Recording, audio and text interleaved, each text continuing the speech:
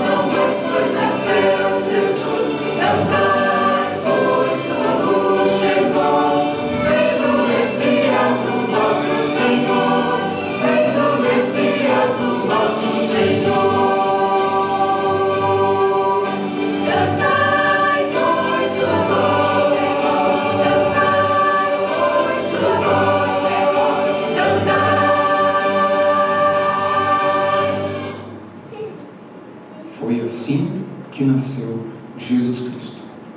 Maria, sua mãe, estava prometida para se casar com José. Antes do casamento, porém, ela engravidou pelo poder do Espírito Santo. José, seu noivo, era um homem justo e resolveu romper a união em segredo, pois não queria envergonhá-lo com uma separação pública. Enquanto ele pensava nisso, um anjo do Senhor lhe apareceu em sonho e disse: José, filho de Davi, não tenha medo de receber Maria como esposa, pois a criança dentro dela foi concebida pelo Espírito Santo. Ela terá um filho e você lhe dará o nome de Jesus, pois ele salvará seu povo dos seus pecados. Tudo isso aconteceu para cumprir o que o Senhor tinha dito por meio do profeta. Vejam, a virgem ficará grávida, ela dará à luz um filho e o chamarão Emanuel, que significa Deus conosco. Emanuel.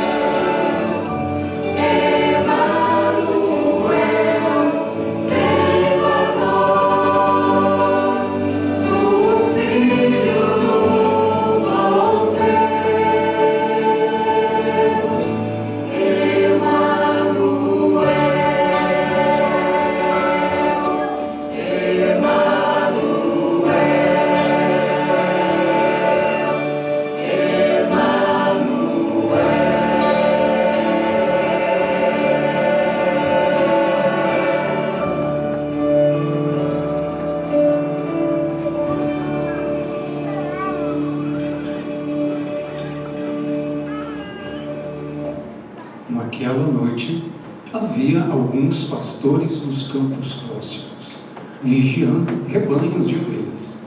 De repente, um anjo do Senhor apareceu entre eles, e o brilho da glória do Senhor os cercou. Ficaram aterrorizados, mas o anjo lhes disse: não tenham medo, trago boas notícias que darão grande alegria a todo o povo. Hoje, em Belém, a cidade de Davi, nasceu o Salvador, que é Cristo, o Senhor. Vocês o reconhecerão por este sinal. Encontrarão o bebê enrolado em faixas de pano, deitado numa manjedoura. De repente, juntou-se ao anjo uma grande multidão do exército celestial, louvando a Deus e dizendo: glória a Deus nos mais altos céus e paz na terra àqueles de que Deus se agrada. Brilha, brilha.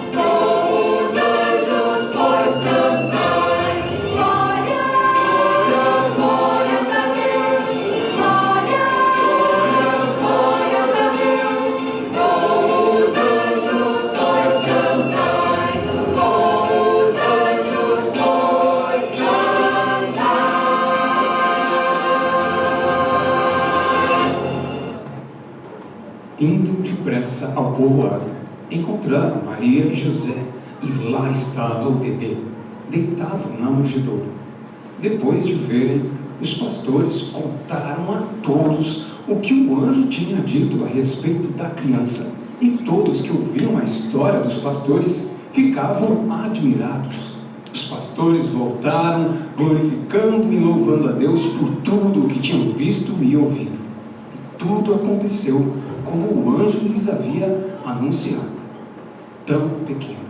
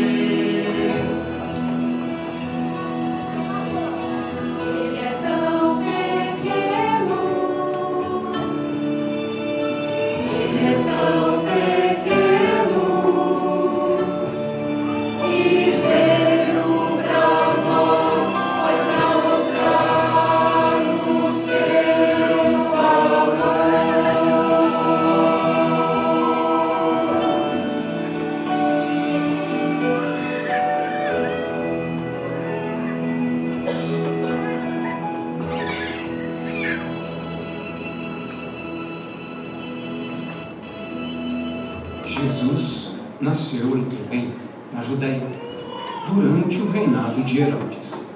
Por esse tempo, alguns sábios das terras do Oriente chegaram a Jerusalém e perguntaram: onde está o recém-nascido rei dos judeus?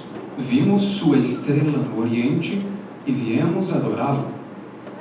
Após a conversa com o rei, os sábios seguiram seu caminho, guiados pela estrela que tinham visto no Oriente. Ela ia adiante deles, até que parou acima do lugar onde o menino estava. Quando viram a estrela, ficaram muito alegres. Ao entrar na casa, viram o menino com Maria, sua mãe, e se prostraram e o adoraram. Então, abriram seus tesouros e o presentearam com ouro, incenso e mirra. Ó noite santa!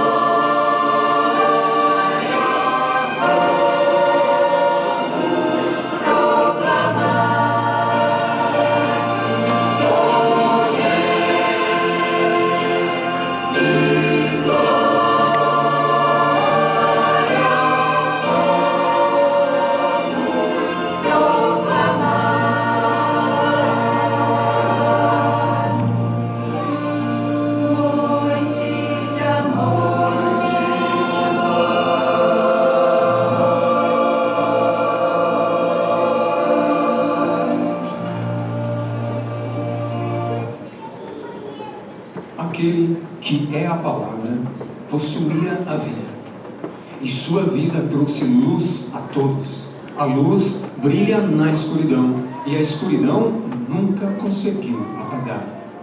Aquele que é a verdadeira luz, que ilumina a todos, estava chegando ao mundo. Veio ao mundo que ele criou, mas o mundo não o reconheceu. Veio a seu próprio povo, e eles o rejeitaram. Mas a todos que creram nele e o aceitaram, ele deu o direito de se tornarem filhos de Deus, luz do mundo.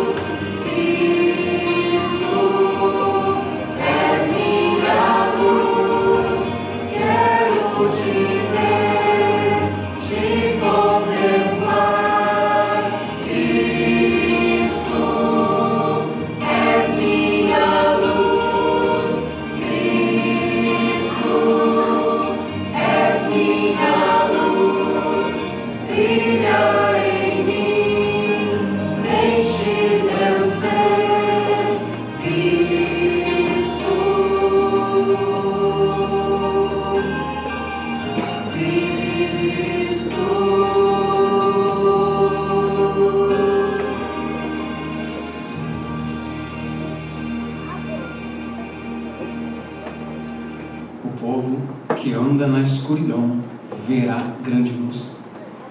Para os que vivem na terra de trevas profundas, uma luz brilhará. Pois um menino nos nasceu, um filho nos foi dado, o governo estará sobre seus ombros, e ele será chamado de Maravilhoso Conselheiro, Deus Poderoso, Pai Eterno e Príncipe da Paz. Canção de Natal.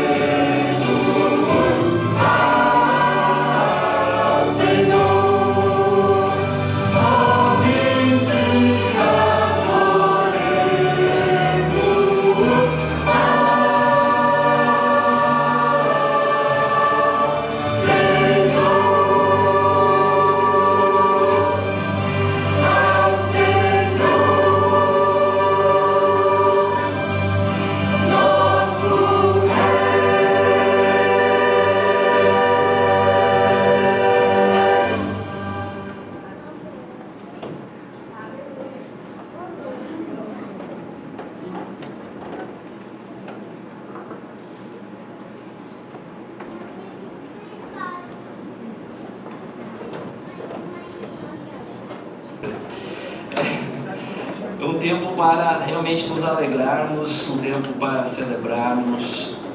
E essa época, Natal, ela é bastante apreciada por muitos, mas vamos começar o nosso tempo aqui com uma oração, pedindo graça ao nosso Deus para nos concentrarmos agora.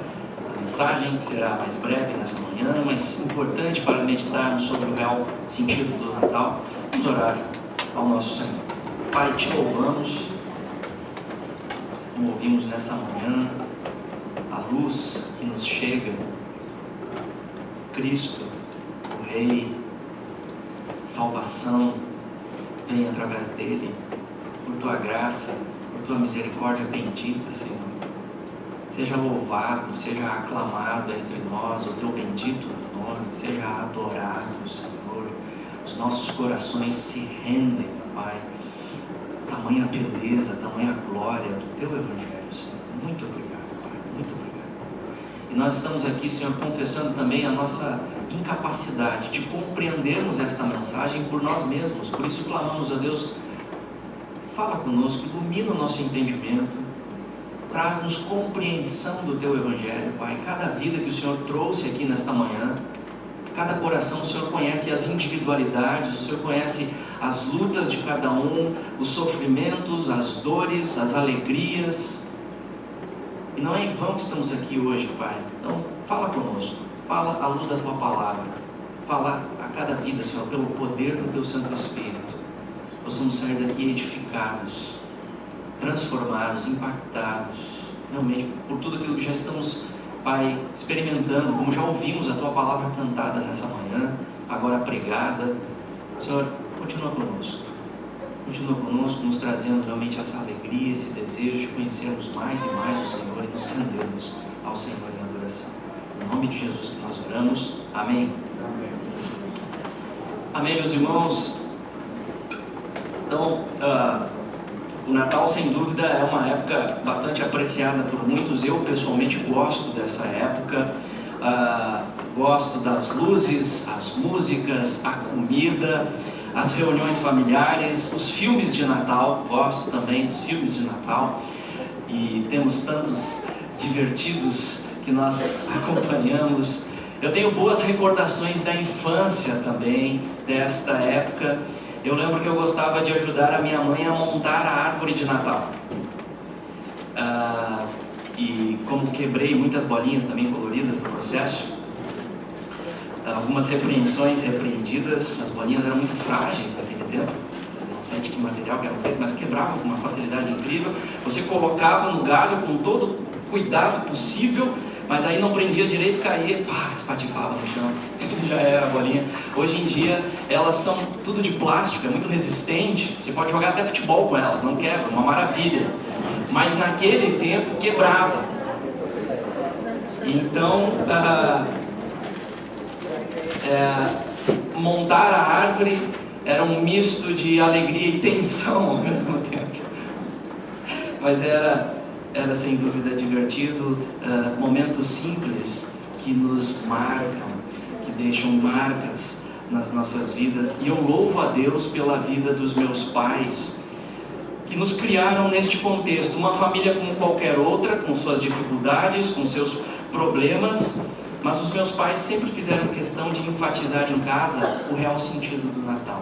Por isso, nas festas, não poderia faltar a leitura bíblica e a oração.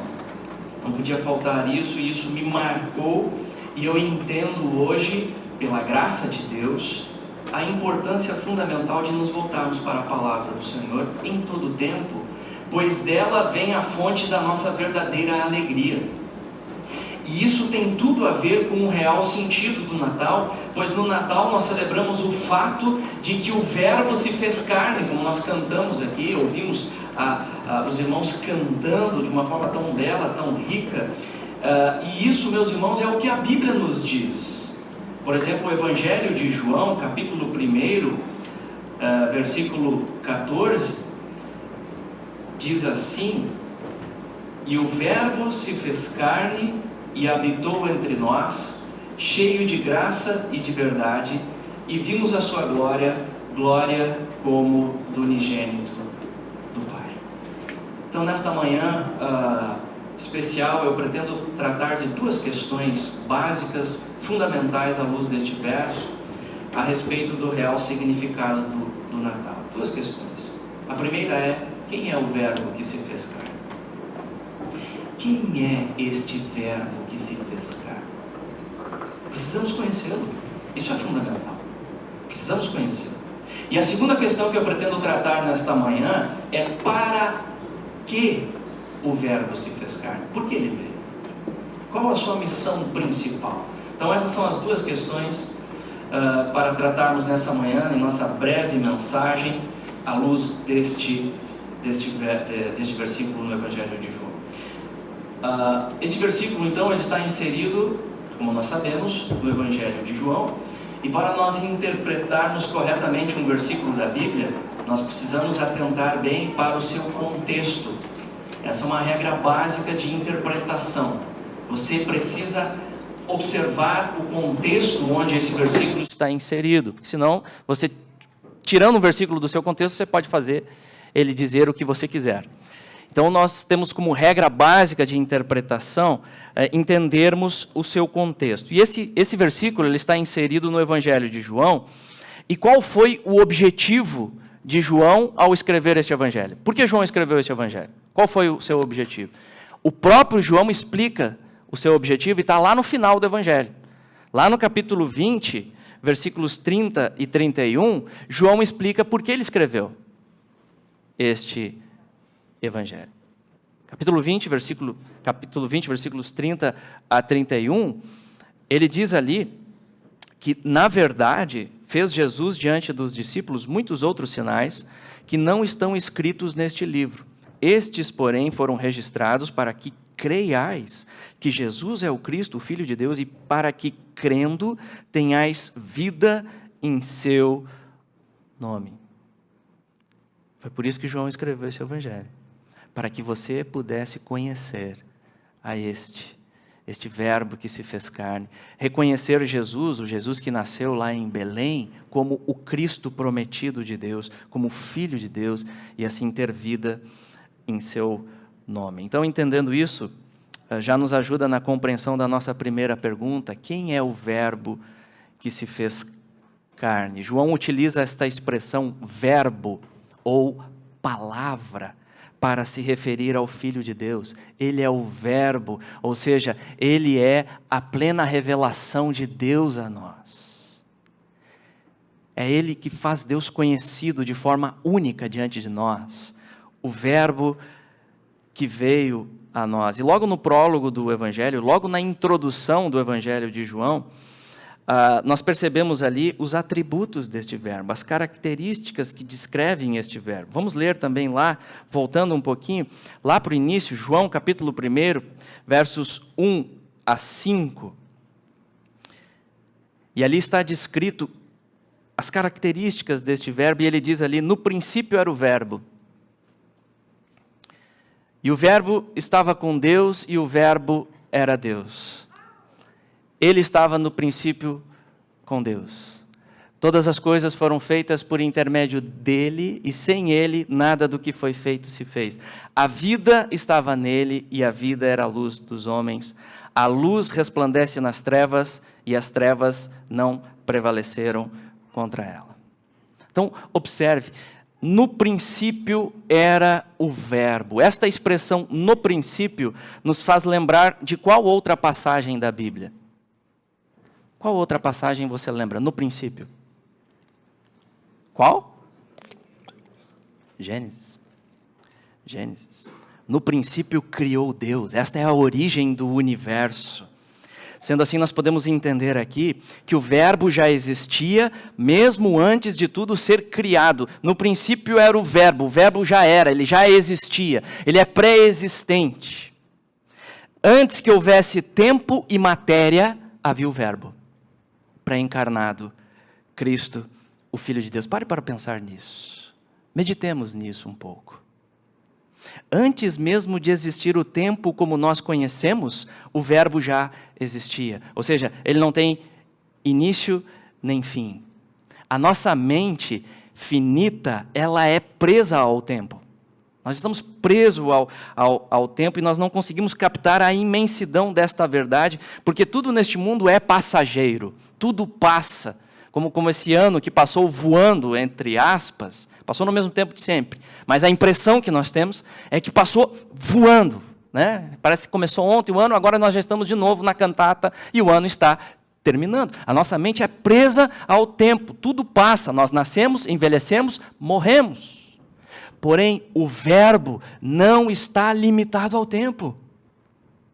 Antes de tudo ser criado, ele já era, ele já existia, ele é antes de todas as coisas. Então perceba, já na primeira expressão, já na primeira frase, nos damos conta que João não está falando de uma pessoa comum, como alguns tendem a pensar. Jesus foi um grande homem, um grande profeta, um grande mestre, um grande exemplo. Não, João está falando aqui de alguém que é infinitamente maior do que nós, que vai além da nossa compreensão. Portanto, quem é o verbo? O verbo é eterno. E ele diz, e o verbo estava com Deus e era Deus. Como assim? Como assim? Estar com Deus e ser Deus ao mesmo tempo. O que isso significa? Essas são perguntas importantes quando nós estamos lendo a palavra de Deus. Procurar entender o que cada verso está comunicando a nós, o que cada verso está nos ensinando, porque aqui, meus irmãos, essa frase remete à doutrina do ser de Deus, o Deus triuno. O Deus triuno, o verbo é a segunda pessoa da Santíssima Trindade, Deus Filho, o único Deus verdadeiro conforme a Bíblia. Ele subsiste em 3 pessoas, Pai, Filho e Espírito Santo. Este é o Deus conforme as Escrituras. E as 3 pessoas compartilham exatamente da mesma natureza divina em unidade. É assim, então, que o Verbo, na eternidade, antes de tudo ser criado, estava com Deus Pai, em perfeita relação de amor, e ao mesmo tempo era Deus em pessoa. Sendo assim, diante desta afirmação, nós aprendemos aqui, fica muito claro, como Cristo jamais pode ser comparado com criaturas. Jamais. Ele não é um ser criado, ele não pode ser comparado a Buda, Gandhi, Maomé. Não, o verbo não é criatura, o verbo é Deus. Deus. Acima de tudo e todos, percebe? Ele é único. E João prossegue, perceba a grandeza do verbo. João prossegue, todas as coisas foram feitas por intermédio dele, e sem ele, nada do que foi feito se fez. Por que existe algo em vez do nada? Pergunta filosófica clássica, que filósofos ficam discutindo e argumentando. Por que existe algo em vez do nada? A resposta da Bíblia está aqui. Você percebeu? Versículo 3. A resposta da Escritura está aqui. Algo existe porque alguém sempre existiu. E este alguém é o verbo de quem estamos falando. Este alguém é Deus. E Deus quis criar o universo para o louvor de sua glória. Alguns pensam, Deus criou o homem porque se sentia sozinho. Não. Entendimento completamente errado do ser de Deus. Deus é o ser mais satisfeito e feliz que existe no universo, na perfeita relação que ele tem consigo mesmo. Deus cria tudo para exaltar, é como um transbordar da sua glória. Deus cria tudo para que ele seja louvado, que a glória seja dada somente a ele. E veja, o agente criador de todas as coisas é o verbo, está escrito. O verbo, por meio dele, todas as coisas vieram à existência. É ele que trouxe, foi a palavra de Deus, foi o verbo eterno de Deus. Colossenses capítulo 1, versículo 16 diz: pois nele foram criadas todas as coisas. Nele, em Jesus. Nele, o verbo. Nele foram criadas todas as coisas, nos céus e sobre a terra, as visíveis e as invisíveis. Sejam tronos, sejam soberanias, quer principados, quer potestades, tudo foi criado por meio dele, para ele. Não para você, não para mim. Para Ele. Perceba, nós não estamos no centro, é Ele, é o Verbo. Tudo foi para Ele, para a glória dEle. Ele é o centro da criação. Portanto, quem é o Verbo de quem nós cantamos hoje, e nós ouvimos a cantata, vamos cantar, estamos ouvindo a palavra, quem é o Verbo? O Verbo é eterno, o Verbo é Deus, o Verbo é o Criador de todas as coisas. Versículo 4, a vida estava nele, e a vida era a luz dos homens, a luz resplandece nas trevas, e as trevas não prevaleceram contra ela. Veja, o Verbo é também fonte de vida, vida eterna, vida e luz nos chegam através do Verbo. A expressão trevas aqui diz respeito ao aspecto espiritual. Lá no início da criação, em Gênesis, havia trevas sobre a face do abismo. Até que Deus disse por sua palavra, haja luz, e houve luz. Da mesma forma, João parece nos mostrar aqui, na nova criação, um novo Gênesis, a nova criação que se inaugura com a chegada do Verbo. E essa nova criação vai se consumar quando Jesus voltar. Ela se consuma quando Jesus voltar. E é então através dele, do Verbo que veio, que as trevas vão se dissipando pela manifestação de sua luz. E trevas aqui no sentido primariamente espiritual, dizem respeito ao mal, ao pecado, à incredulidade. E luz aqui representando o verdadeiro conhecimento de Deus, salvação, que só é possível através do Verbo. Por isso Natal é tempo de luz. Mas a verdadeira luz, não a luz do Papai Noel, a verdadeira luz. A luz que nos chega, nascimento daquele que é a luz do mundo. Cantai, pois, sua luz chegou, trevas não mais, pois nasceu Jesus.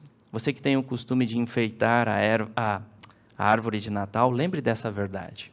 Ilustre com as crianças. Aliás, sobre a origem desta tradição, de onde veio essa tradição, existem diferentes versões, mas entendo que podemos considerar uma das mais aceitas, remonta a Lutero, ao reformador Lutero.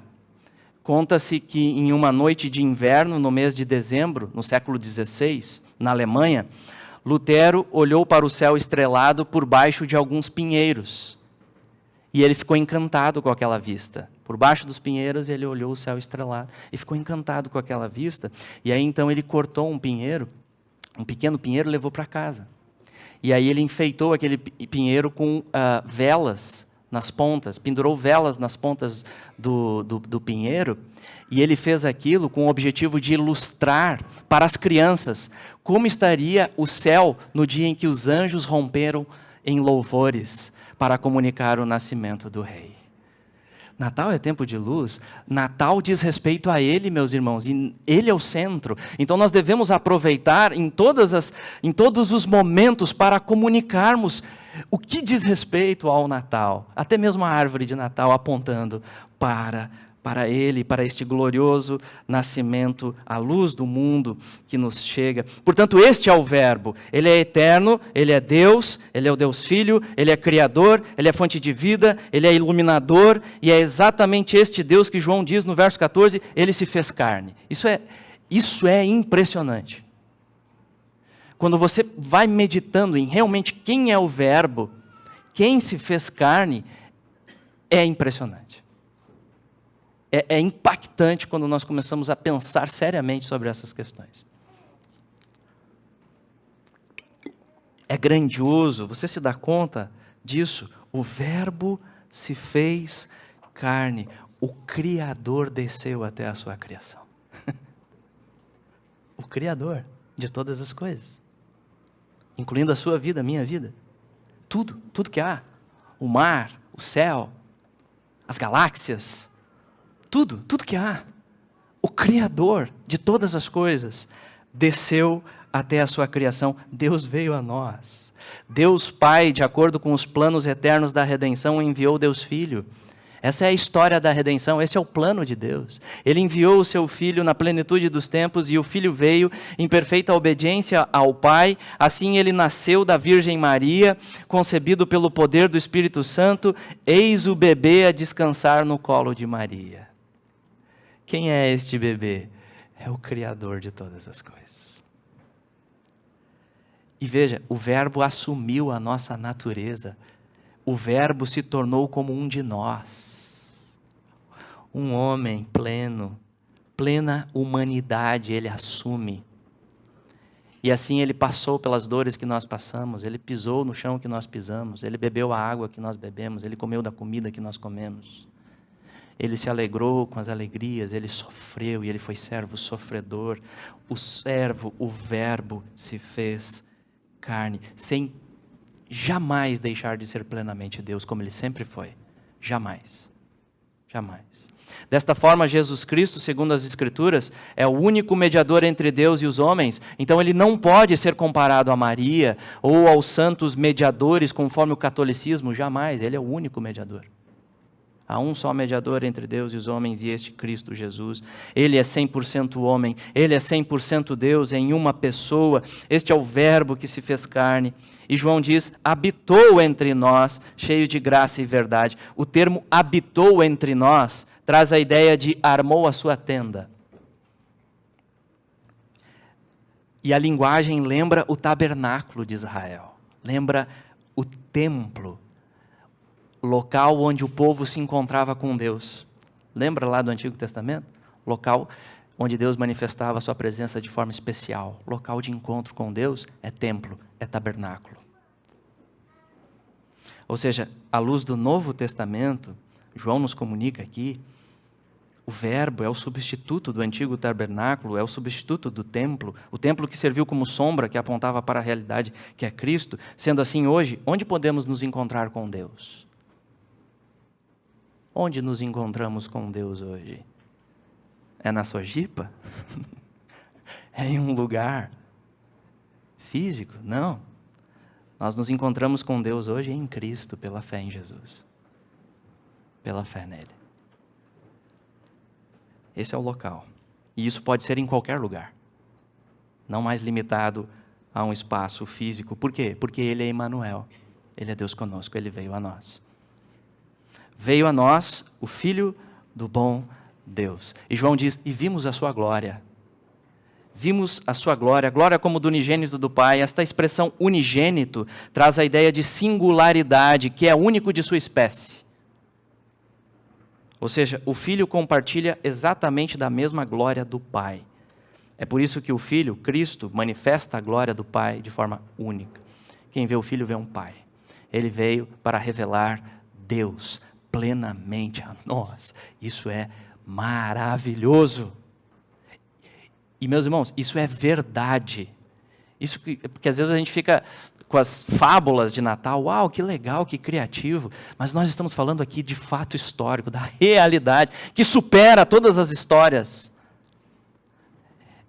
O enredo maravilhoso da redenção, a história bendita do Criador vindo à sua criação, em amor jamais visto e manifestado. Como não vamos voltar os nossos corações, as nossas atenções para essa história, meus irmãos? Como não? A grandiosidade disso. Como não cantaremos como acabamos de cantar? Como não? O próprio Criador vindo a nós. E se fazendo carne, e manifestando a glória de Deus conosco, em carne tornou-se para nós, vimos a sua glória. Portanto, este é o Verbo que se fez carne. Você está contemplando a sua glória? Você já está crendo nele? Você crê neste Verbo? Isso é fundamental, você estar atento. Creia, esta é a verdade de Deus. Creia, medite nas palavras deste prólogo. Leia este Evangelho. Por que existe este Evangelho? Para conduzir a sua fé neste Verbo eterno de Deus e assim você ter vida nele. Leia o Evangelho de João, leia a Escritura, pois a Bíblia diz que a nossa fé, a fé salvadora, vem por ouvirmos a palavra de Deus. Você precisa ouvir essa palavra.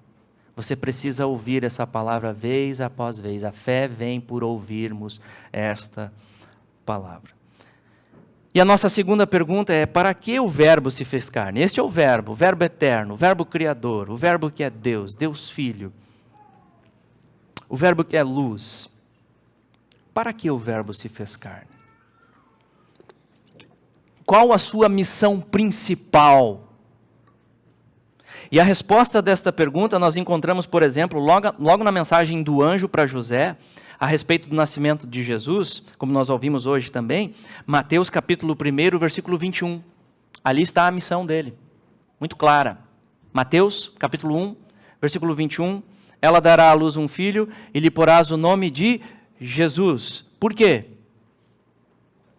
Porque ele salvará o seu povo dos pecados deles. Então perceba, o nome do menino já indica por que ele nasceu. O que significa o nome Jesus? Deus salva. Deus salva. Em carne tornou-se para salvar. Esta é a razão principal do Natal. Jesus nasceu para salvar pecadores perdidos como você e eu, que não tínhamos a mínima chance de nos salvarmos por nós mesmos. Neste mundo caído, perdido, repleto de pecado, que começa aqui, não está lá fora, está aqui, o pecado está aqui. Jesus veio para salvar pecadores que nada merecem.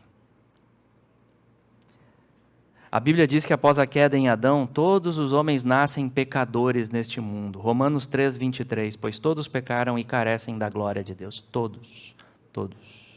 A nossa tendência é olhar para o outro, é olhar para o mundo. Esse mundo é perdido mesmo, é um pecado terrível, o meu vizinho não presta. A nossa tendência é essa, mas a gente negligencia o pecado que está aqui. E isso é muito perigoso, porque a gente negligencia aquilo que Jesus veio fazer, que é salvar pecadores.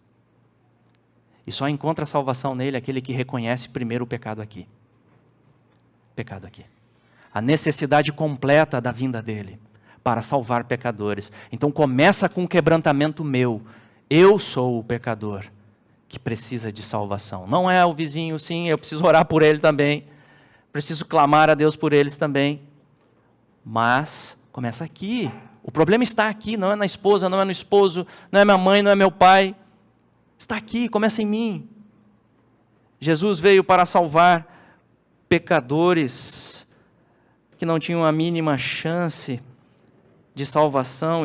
E veja, isso amplifica o amor de Deus, impressionante, a misericórdia de Deus. Ele não era obrigado a fazer isso. Ele não fez isso com os anjos caídos, não tiveram segunda chance. Mas perante a humanidade, Deus simplesmente quis, para o louvor da glória de sua graça. Deus quis providenciar salvação. E Jesus assim veio para salvar pecadores da pior espécie, como você e eu. Deus, sendo rico em misericórdia, providenciou salvação, e assim Jesus veio. E como que Jesus conquistou essa salvação? Ele nasceu, ele se fez um de nós, se fez carne, ele cresceu, ele obedeceu a lei com perfeição, porque a lei de Deus exigia perfeição e condenação para o transgressor. Jesus jamais pecou, ele cumpriu a lei que você não consegue cumprir, que eu não consigo, que nós quebramos, Jesus cumpriu perfeitamente. Ele cumpriu a justiça necessária diante de Deus, Deus que é infinitamente santo. Então Jesus vive essa lei, Jesus cumpre essa lei com perfeição. E então, sem ter pecado nenhum, ele se entregou na cruz. E aí ele pôde pagar pelo pecado daqueles que ele quis salvar. Pecadores. Percebe? Ele, sem ter pecado nenhum, se entrega na cruz para pagar a pena de pecadores que mereciam estar lá pagando.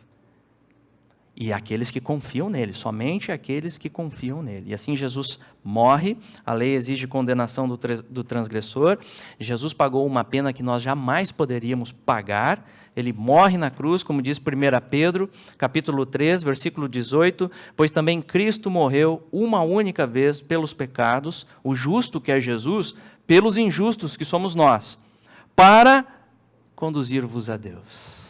reconciliação com Deus. Esse é o maior problema do homem. Não é político, não é econômico, todas essas coisas nos afetam, não é físico, todas as coisas nos afetam, sim. Nesse mundo caído, muitas mazelas, mas o maior problema é você estar separado de Deus.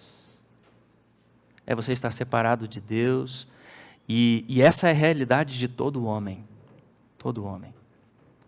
Porém, Jesus veio para solucionar o nosso maior problema. E essa é a mensagem que você precisa ouvir. Jesus nasceu para morrer pelos nossos pecados, nós os que cremos nele. Só que ele não ficou morto, Jesus venceu a morte, ele é plenamente Deus. Ao terceiro dia ele ressuscitou para a nossa justificação. Então foi por isso que o Verbo se fez carne, foi por isso que o Verbo veio a nós. Jesus veio para nos levar de volta para o Pai, através do seu sacrifício de amor. Como Jesus mesmo afirmou depois, João 14:6, vamos ler juntos esse verso? Eu sou o caminho e a verdade e a vida. Ninguém vem ao Pai senão por mim. Jesus afirma a sua exclusividade. Veja, muitos dizem hoje, todos os caminhos levam a Deus, todas as religiões. Não é o que Jesus diz. Não é o que Jesus diz. Ele é o único caminho, único, exclusivo, único. Ele é a única verdade. Quem pode afirmar isso? Um homem qualquer? Jamais. Jamais. Um homem qualquer? Jamais.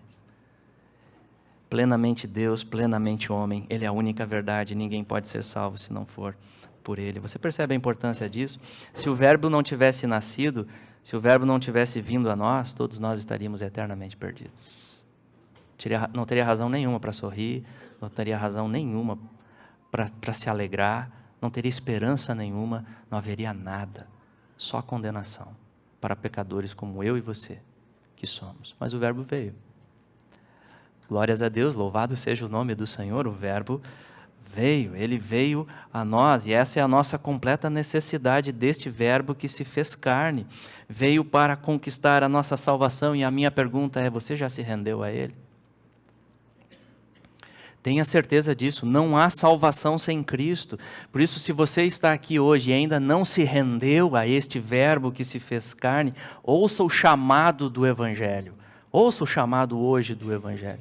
Deus trouxe a sua vida aqui, nesta manhã, conduzindo os seus passos para que você estivesse aqui ouvindo o Evangelho dele. Ouça com atenção este chamado bendito, gracioso da parte de Deus. Reconheça o seu estado de pecador que não pode se salvar por si só.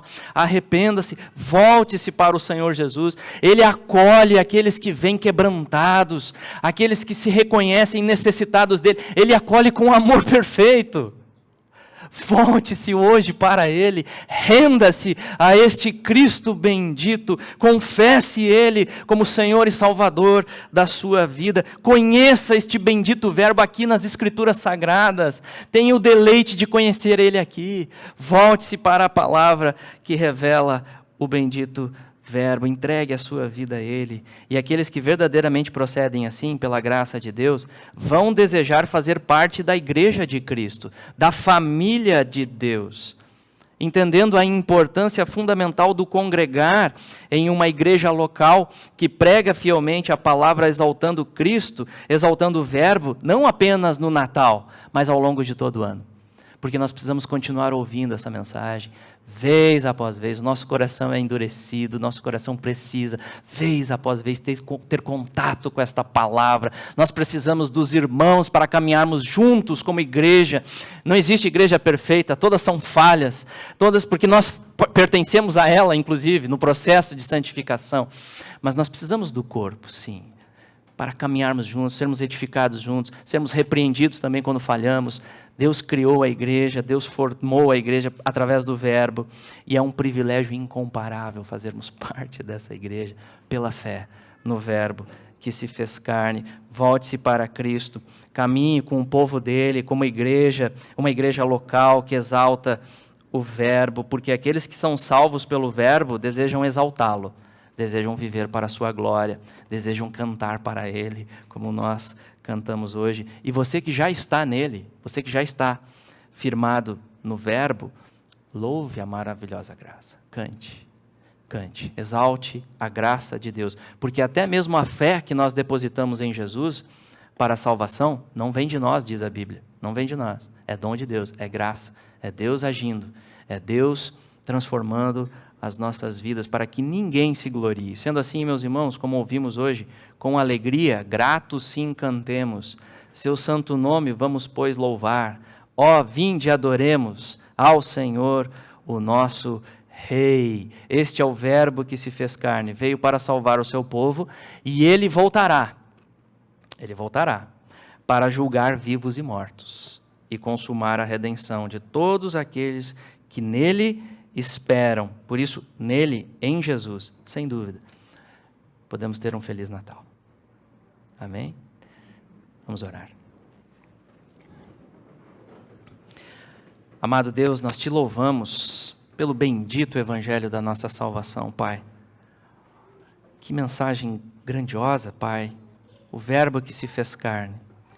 Pai, estamos aqui com os nossos corações desejosos de exaltarmos o teu nome, Senhor.